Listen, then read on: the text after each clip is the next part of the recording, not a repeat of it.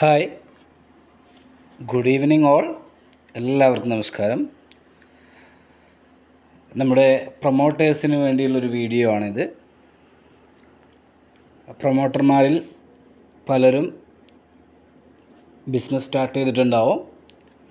Business start ചെയ്തുകൊണ്ട് നമ്മുടെ സ്പോൺസർഷിപ്പിൽ വന്ന വ്യക്തികളെയൊക്കെ ഡയറക്റ്റ് സ്പോൺസർ ചെയ്തുകൊണ്ട് പ്രൊമോട്ടർ ഐ ഡി ചെയ്തിട്ടുണ്ടാവും. അതിനുശേഷം കമ്പനിയിൽ നിന്ന് ഡയറക്റ്റ് സ്പോൺസർ ഇൻകങ്ങൾ, വരുമാനങ്ങൾ റിസീവ് ചെയ്യേണ്ടതുണ്ട്. അപ്പോൾ അത് റിസീവ് ചെയ്യാൻ വേണ്ടി കമ്പനി ഐ ഡിയിൽ, ബിസിനസ് ഐ ഡിയിൽ നിങ്ങളുടെ KYC സബ്മിറ്റ് ചെയ്യേണ്ടതാണ്. അപ്പോൾ പലർക്കും KYC എങ്ങനെയാണ് ചെയ്യേണ്ടതെന്ന് അറിയുന്നില്ല. അപ്പോൾ അതെങ്ങനെയാണെന്ന് ഇവിടെ വ്യക്തമായിട്ട് പറയുന്നൊരു വീഡിയോ ആണ് ചെയ്യുന്നത്. ഇത് വളരെ ഇമ്പോർട്ടൻ്റ് ആണ്. പ്രൊമോട്ടറായി കടന്നു വരുന്ന ബിസിനസ് പ്രൊമോട്ടേഴ്സിനും അതുപോലെ തന്നെ നിങ്ങളുടെ സ്പോൺസറിൽ വരുന്നവർക്കും ഇത് പഠിപ്പിച്ചു കൊടുക്കേണ്ടത് വളരെ അത്യാവശ്യമാണ്. അപ്പോൾ ഈ ഒരു ഘട്ടത്തിൽ നമുക്ക് എങ്ങനെയാണ് നമ്മുടെ KYC ചെയ്യുന്നതെന്ന് നോക്കാം. ആദ്യം തന്നെ ഒരു ഐ ഡിയിൽ ലോഗിൻ ചെയ്യുകയാണ്.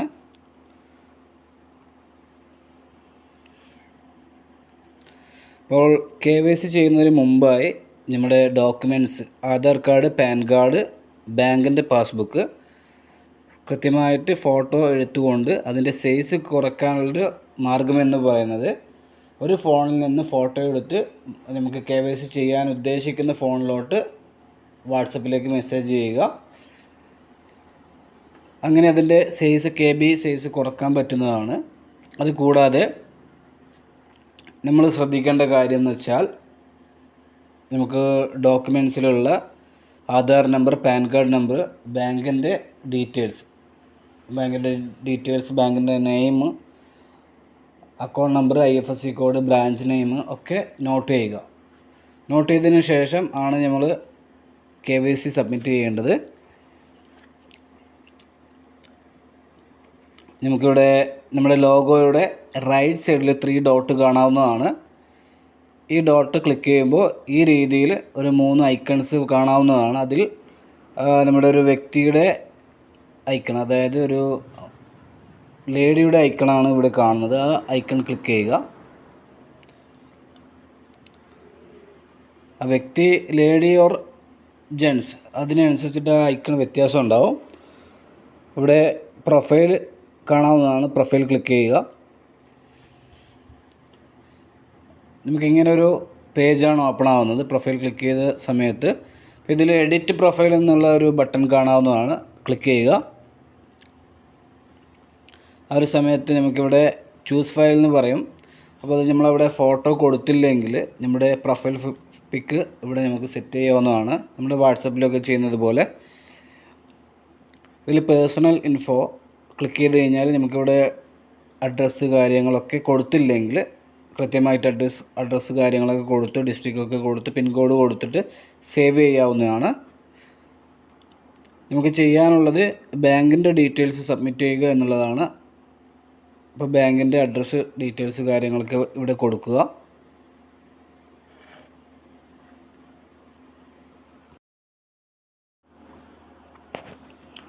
നമ്മുടെ ബാങ്ക് അക്കൗണ്ട് ഡീറ്റെയിൽസ് ഇവിടെ കൊടുക്കാം.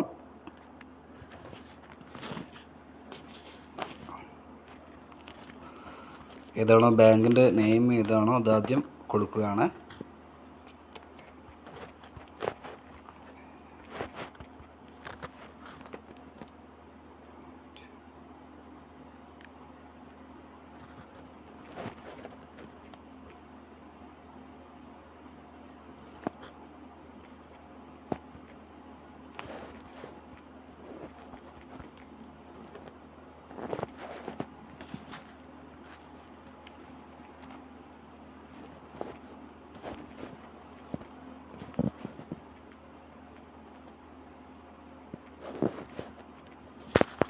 അക്കൗണ്ട് നമ്പർ ഇവിടെ കൊടുക്കുന്നത് വളരെ ശ്രദ്ധിച്ച് തെറ്റാതെ കൊടുക്കാം.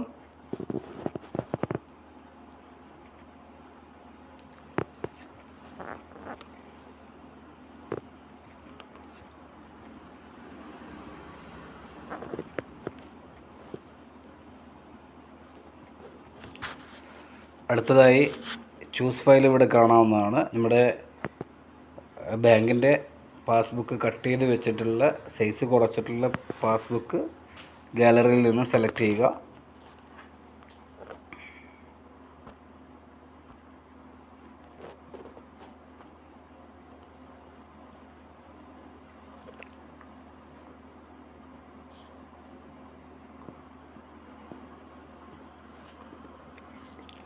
സൈസ് കറക്റ്റ് ആണെങ്കിൽ നമുക്കിവിടെ പിക്ചറായിട്ട് ഇവിടെ കാണാവുന്നതാണ്.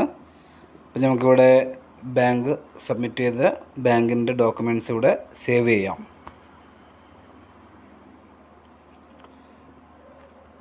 അടുത്തതായി നമുക്കിവിടെ ചെയ്യാനുള്ളത് KYC ഡീറ്റെയിൽസ് ആണ്. അതും വളരെ എളുപ്പത്തിൽ തന്നെ നമുക്ക് ചെയ്യാവുന്നതാണ്. ആദ്യമായി ആധാറിൻ്റെ നമ്പർ അവിടെ ടൈപ്പ് ചെയ്യുക.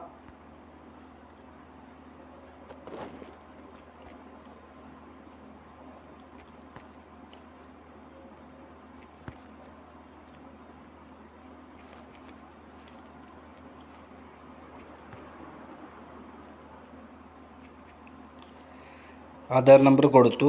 ആ സെയിം ആധാർ നമ്പറിൻ്റെ പാസ്ബുക്ക് ഗാലറിയിൽ നിന്ന് അപ്ലോഡ് ചെയ്യുക.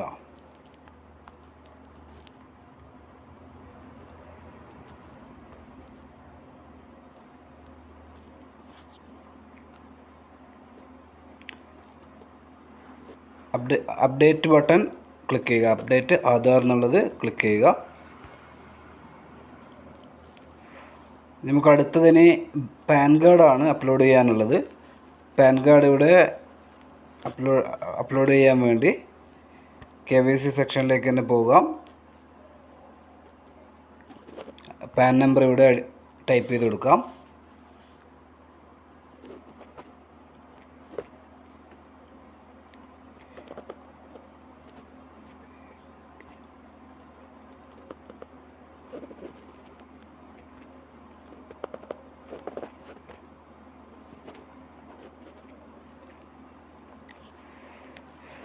പാൻ പ്രൂഫ് ഇവിടെ സബ്മിറ്റ് ചെയ്യുന്നതിന് വേണ്ടി പാൻ കാർഡ് സൈസ് നമ്മൾ കട്ട് ചെയ്ത് കുറച്ച് വെച്ചിട്ടുള്ളത് അപ്ലോഡ് ചെയ്യാവുന്നതാണ്.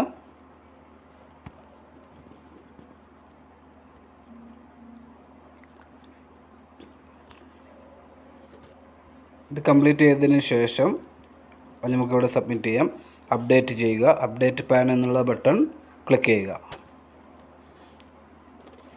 നമ്മുടെ 3 ഡോക്യുമെൻറ്റ്സും ഇവിടെ നമ്മൾ സബ്മിറ്റ് ചെയ്തിട്ടുണ്ട്. KYC കൊടുത്തിട്ടുണ്ട്, ബാങ്ക് ഡീറ്റെയിൽസ് ഒക്കെ കൊടുത്തിട്ടുണ്ട്. അതിവിടെ ജസ്റ്റ് നമുക്ക് കാണാവുന്നതാണ്. വെയിറ്റിംഗ് ഫോർ അപ്രൂവൽ എന്നാണ് കാണുന്നത്. അത് കമ്പനിയിൽ നിന്ന് അഡ്മിൻ സൈഡിൽ നിന്നും അപ്രൂവൽ കിട്ടും. വെയിറ്റിംഗ് ഫോർ അപ്രൂവൽ എന്ന് കാണാവുന്നതാണ്. ഈ ഒരു അപ്രൂവൽ കിട്ടിക്കഴിഞ്ഞാൽ അത് നമുക്കിവിടെ ചെക്ക് ചെയ്ത് നോക്കിക്കഴിഞ്ഞാൽ അപ്രൂവ്ഡ് ആയിട്ട് കാണാവുന്നതാണ്. അപ്പോൾ ഈ ഒരു വീഡിയോ വളരെ ഇമ്പോർട്ടൻ്റ് ആണ്.